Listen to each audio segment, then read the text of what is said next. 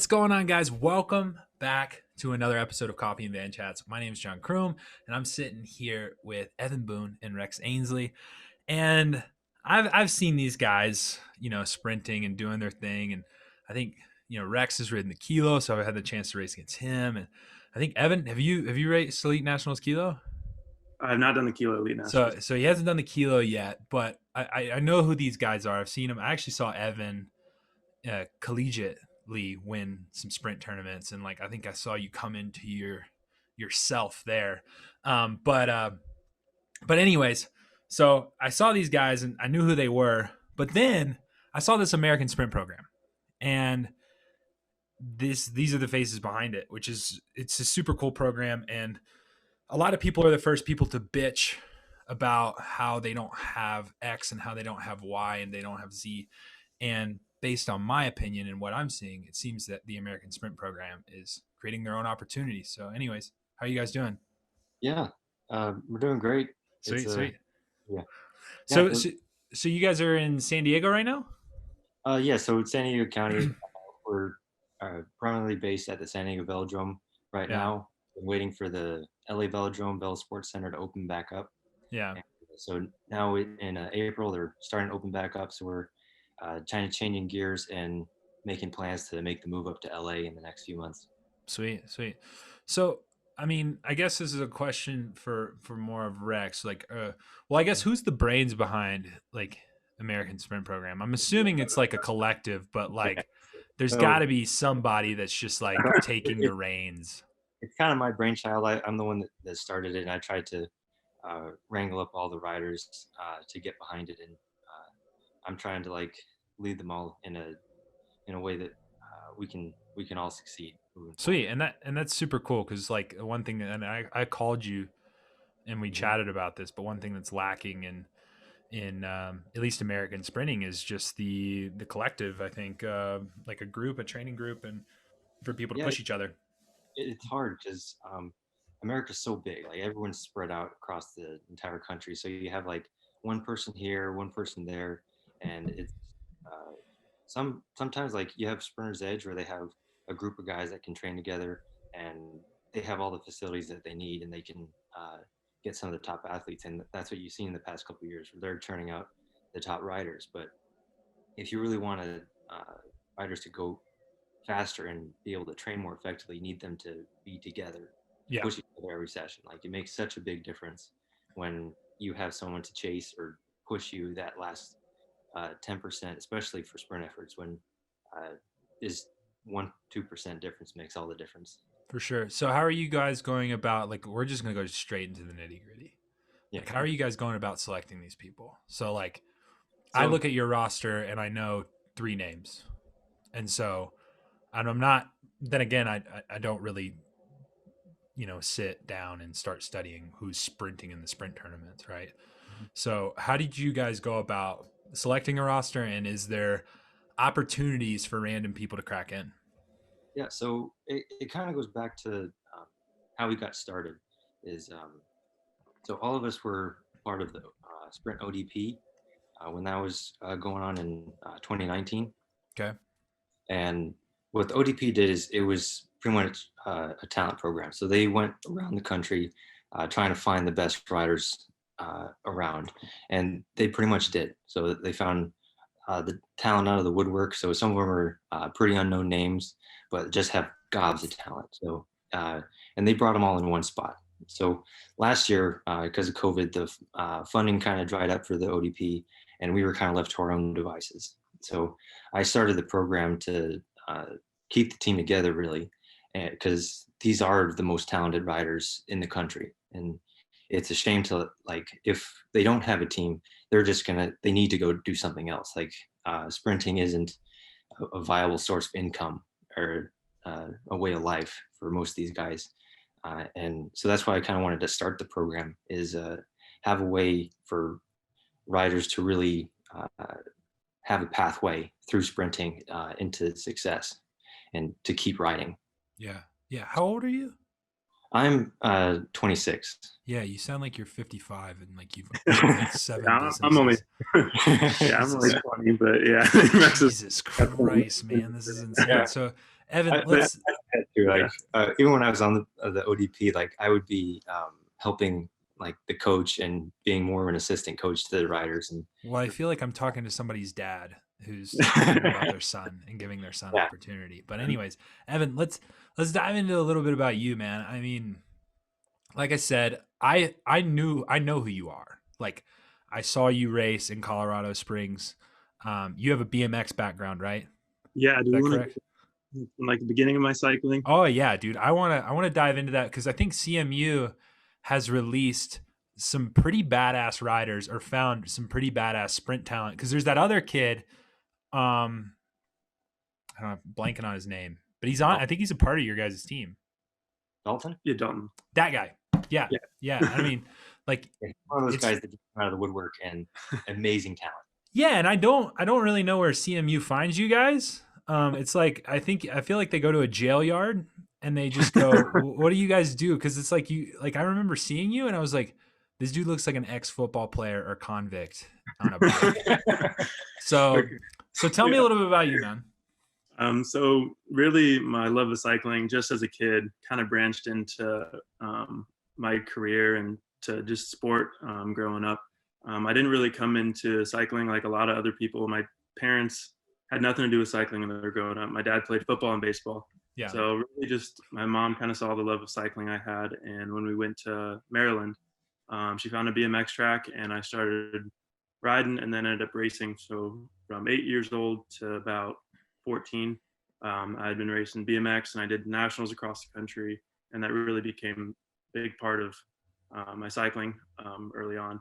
And then kind of around high school, we moved to Arizona. I was kind of far from the BMX track and kind of getting burnt out. I moved to cross country mountain bikes through NICA.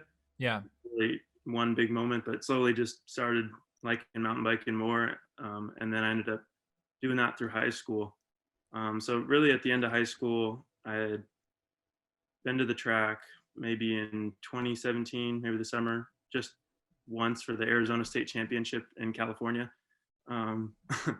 but I did that a little bit. And then going in college, I was just kind of looking for my place, what to do.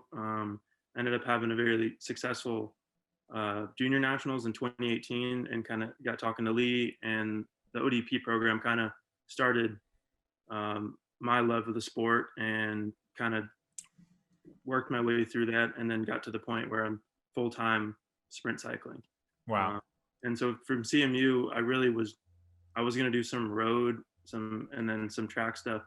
And then it ended up just snowballing into full sprint. Just track. program. So did you finish school, or did you like going Finishing all in? right now. Finishing Yeah. right now. Mhm. Yeah. See, it's hard to tell like who's in school still because of COVID. Like everybody's doing it from home or working from home. So, but yeah, dude, that's super cool. So, what's your guys' goal? I mean, come on, like I'm looking at this and I see some talent.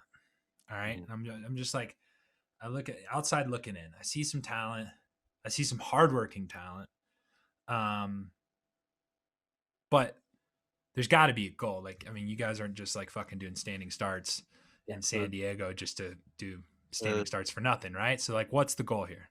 The ultimate goal is to have riders medal capable at the LA 2028 Olympics. Okay.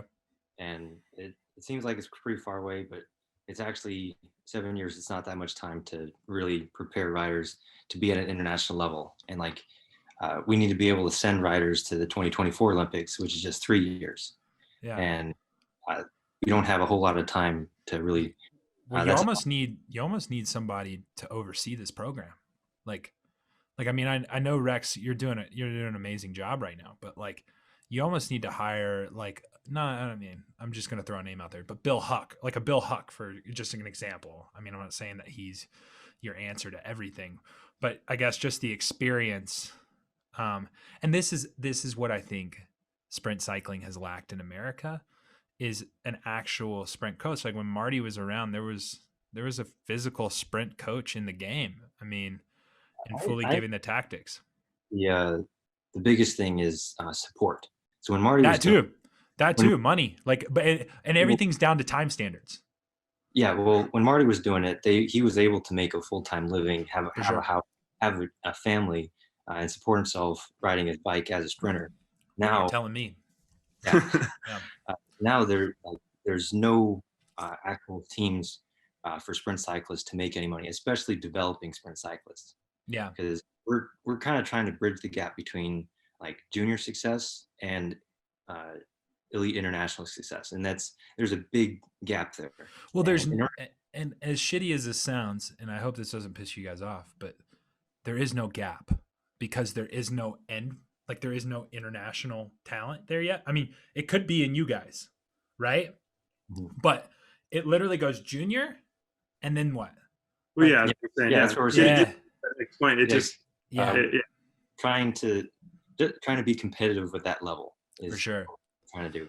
And yeah, it takes a lot. So you can't, if you want to get to that level, you need to be able to train full time as a sprint cyclist. You can't really have a part-time job because as sprinters you go up 100% and then you need to rest and recover, and you can't really do anything. Like Yeah, if you actually go, and this is one part where like sprint physiology kind of confuses a lot of endurance riders, is that if like people think they can go 100%, but if you actually go 100%, you're done for a while. yeah, And so as a sprinter, that's what you're doing every day is you're going out, you're doing 4 efforts at absolutely 100%, and you're dead. yeah, And uh, you need to recover so you can do that again. And for sure. that's how you get faster. Like if you're trying to do that and then work a job in between that, you're not going to be able to go as hard the next one. You're going to go 95%, and you're not going to be able to make the same progress. So, are you guys working? Like, do you guys have jobs, or is this it? This is it. So You guys, I do. So yeah, yeah, I mean, we're still kind of in that. Like We're that's our for goal. sure. Is to not, I yeah. totally So understand that. Like, we're students. We're working a part-time job, and there's no one really just Yeah, training so full time. we're still developing the program. Like that's where we want the program to be, is where we can offer the guys a place to live and enough money to put food on the table. yeah, No one in our group is here to make any money. They just want the chance to be able to pursue the dream 100%. this is fucking insane. Like, it's and the reason why I'm saying this is because like, I felt like I had to do that same thing, and I felt like it was. I felt like when you're telling somebody that, they look at you like you're nuts and almost like as it's unachievable. So when I moved here in 2017, I told people, I was like, I'm just training for the kilo. And I Mhm. had no money, I had nothing else. And I was like, my best result at that time was a 107. Mhm. And so I'm literally telling people that I'm going to ride 104, 103 at the time or better to Mhm. win. Like that you have to, that's what you have to ride to win. Mhm. And like I did everything. Quit my job. Just focus solely on training, Mhm. and it worked. And so it put me in a lot of debt. Yeah. At the end of the day, just for Yeah. one national championship. But once it happened, it kind of started to snowball. It opened up other doors to kind of relieve some pressure. Like it's opened up this platform to where we can create sponsorships, and I can do these podcasts, and that can help me put food on the table, things like that, right? And I'm coaching and whatever else. And so it's interesting because I've always heard people talk about it, but never actually seen people do it. And so that's why I called you that one day, Rex, and I was like, no, you're doing what I like. You like, and I'm not gonna bullshit you. And you probably would say the same thing to me. Is you're like, I don't know who you are, John, or I didn't even care to know who you were. And like I kind of had the same feeling. I was like, I don't know who those guys are. But the moment I saw the program, that to me, I was like, oh, like I link mindsets because somebody told you no, and you said, okay, that's fine. You don't have any funding. I'll make funding. We'll figure it out. We'll make it happen. Yeah. Yeah, And that's what our group came down to. We're tired of. We don't want to wait. We want to make this happen. We only have a certain amount of time. So let's talk about that. Like you guys are 501c, right? Let's talk about it because hopefully some of the listeners on this podcast might find you guys intriguing. Like because as much as I do, what does it take to support you guys? I mean, I see that I'm going to mention some names like Sarah Fader, and you guys can mention a few names, but these people are donating money to you guys, every Yeah. month. And what are they getting back, and what are you guys putting into it? So yeah, we have a couple ways people can support us. We're, like you said, we are a 501c3, so we're a tax deductible nonprofit. We're not legally allowed to give tax advice, but it kind of how it goes. Yeah. But so if you go on our website, which is www.americanscp.com, Which will you be in can, the description below as well, guys. yeah. So, and you can find, we have membership programs where you can become a member. So we have yearly memberships as well as monthly memberships. And right now we're kind of, we're still working on developing more perks for people to come with us. But it's mainly a way for people to support what we're doing and give to the cause, and really uh, have a way for people to know that their money is going to actually helping riders pursue their dreams and succeed. Like there's no one that makes a salary. We're not like every dollar spent on the program goes straight to helping the riders.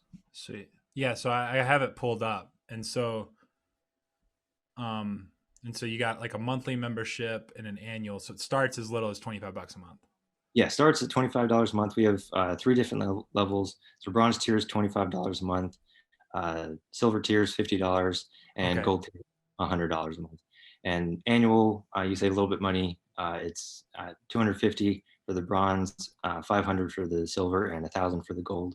Yeah. And we do member shout outs. So we like to spotlight our members and like just have a way to say thank you to all the people that donate to us. And we also do some private gifts and just thank yous. And we're working on developing like a club shop and sending out some t-shirts to people. Yeah. No, this is insane. Like this is super cool. Like I'm baffled, man. And so yeah. And so how are you guys seeing this go? Is it going pretty well, or is it like It's going pretty well. Like is it better than you thought it was gonna go? um I don't know. It's kind of what I expected. Like, we're a starting nonprofit. Like, we don't have any history. Like, so it's a little bit harder to gain back, and people want to support something that's already successful. For They sure. don't like. So we're making do with what we got for now. But Yeah. even just starting out, we're only a couple months old. We've been able to afford a house for our riders to train at San Diego Velodrome and afford facilities and gym access for our riders. And all of the riders that have been here have made huge gains in like speed, power, you name it. Like it's been so good to have a group to come together, and you can really just see the progress that everyone's made. Yeah, I Awesome. mean the difference is huge, and that's kind of our goal too. Is just get the best riders in the same spot, training with each other, and to develop as a whole and move forward as a group. Not just one rider makes it to a pretty good result. We want to move the whole program and move just everything forward. And the program, the way I see it is, I don't want it to just be a team. So we're not just the riders, and so I have plans for later in this year to host some camps where we invite some of the best talent in the country to train together and see what really everyone has. And so one of the camps would be like a team sprint camp where we pick the top riders from across the country, have them in one spot, and we figure out what is the fastest team sprint that America can do. Yeah. And that's one of our goals, is to by the end of the year, like, know for sure these are the fastest guys, these are the fastest positions they can be in, and hopefully set some times that really impress some people and show that we are on the way to becoming international riders. Yeah. No, and that's impressive. I think, I remember, I mean, how old are you, Rex, again? I'm 26. So I remember when I was a little younger, so I was like 24, 23, like when I first got into the endurance program here at USA Cycling. And they had a time standard of under 4:30. And at that point, there hadn't been anybody who had done it. Mhm. And then Lambie comes and does it, and it's no problem. But then I was the second one to do it. And so like, and I honestly think that like taking that goal, even though it sounds outlandish at the time, and we're talking about it now, like a 430 is nothing. You know, this was before guys were going under 410, 415. Now guys are close to breaking the 4 minute barrier. Yeah. But yeah, it's interesting to kind of see where we lie. And I mean, I'm assuming you guys have spoke with Jim Miller in the past, or at least have spoken with Jim Miller, maybe. Yeah. But I know he's talked on podcasts, and they're literally just looking for a guy to go fast. Yeah. So And they've told us, like, if you're fast, we'll support you. We'll send you to stuff. yeah, So it's our job just to get fast. yeah, And that's what the performance like really comes down to. We're trying to get the riders fast enough for USA Cycling's not wasting their time sending us to places. for sure. 'Cause- And you guys don't want to go to places and No. So throw up a 10.5 and yeah, no, like that, not even crack top 30, right? no, we're looking to like actually be in the running for stuff. And like, So what other sponsors do you guys have? Do you guys have like bike sponsors, clothing sponsors, kit sponsors, anything? So we've been working with No Pins Okay. for, clothing. They've been nice enough to give us discounts on a few things. And the main other one is the San Diego Velodrome. They've helped us tremendously with facility use and like storage for our bikes and things. And that's been huge for us. So we can't say enough good things about the San Diego Velodrome. I know, I'm trying to get out there. They're an amazing organization, and more people should go out and ride. No, that's awesome, man. So, Mhm. All right. Well, I think, like I said, man, I wanted to get both of you guys on because I wanted to chat about this. I miss track cycling right now. It's been too long, and hopefully, I mean, we've all heard rumors that Nationals is being moved, but hopefully it stays in LA where it needs to be. Yeah, Really faster. we're making plans for any scenario. Yeah. And so I think if anybody's listening to this and you're not making plans for any scenario, you should, because anything can happen at this point. Yeah. But yeah. So before we end, I prepped you guys with one question. We do this every podcast. If you could have coffee with one person, dead or alive, who would that person be? How would you have your coffee? If you don't drink coffee, you can do tea, beer, scotch, whiskey, whatever. Actually, Evan, you cannot. But you can do tea, I guess, unsweetened tea or something along those lines. But yeah, so we'll start with Evan. Yeah. Okay. Got one? So yeah, the first thing I'll just do the first thing I thought of, just got the question. Ronnie Coleman was the first one, and then Chris Hoy is the second. So nothing. What is it? What does he say? Is something like a peanut? What is this thing that he says? Nothing but a peanut. Ain't nothing but a peanut. I have to split the two. Definitely both of those. Ronnie Coleman in like the early 2000s. Yeah. I'd love to get a game session in with the coffee. Right on. What kind of coffee would you have with Ronnie Coleman? Well, I'm not a huge coffee person, but I do. It's a treat sometimes. Yeah. Just a latte for me. Yeah, I could see Ronnie Coleman being like the most frappy, like whipped cream, like caramel crunch coffee out there, and literally saying it's nothing but a peanut. Right on. So Rex, what about you, man? Yeah, I don't know. The first person that I thought of was like Henry Ford or someone like that. And, Oh, okay. Like I'm kind of into history and like technical innovation. Yeah. I think he'd be a cool person to talk to, and yeah, he would pick his brain on a couple things.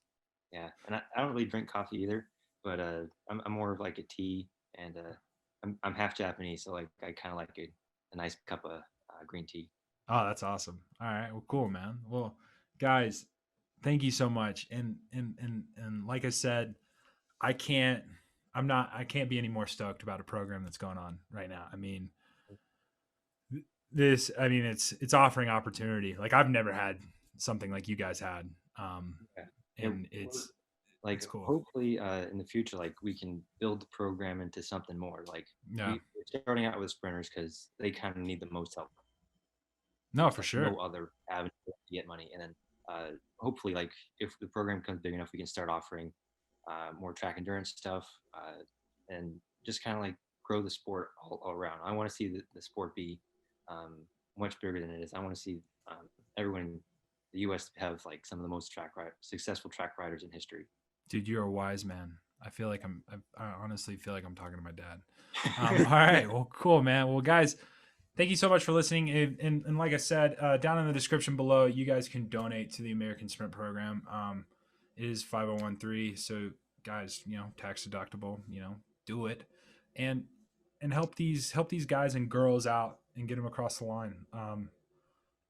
Don't talk the talk, walk the walk. Everybody wants to see a new American sprinter hit the boards. Let's support these guys and girls since seen in 2000. Yeah, over 20 years. There you go. Let's get back up there and let's quit complaining and start helping. I think everybody's really quick to bitch about how we don't have X and we don't have Y when we just won't make something happen. So, anyways, cheers, guys. We'll see you next time. Thanks, John.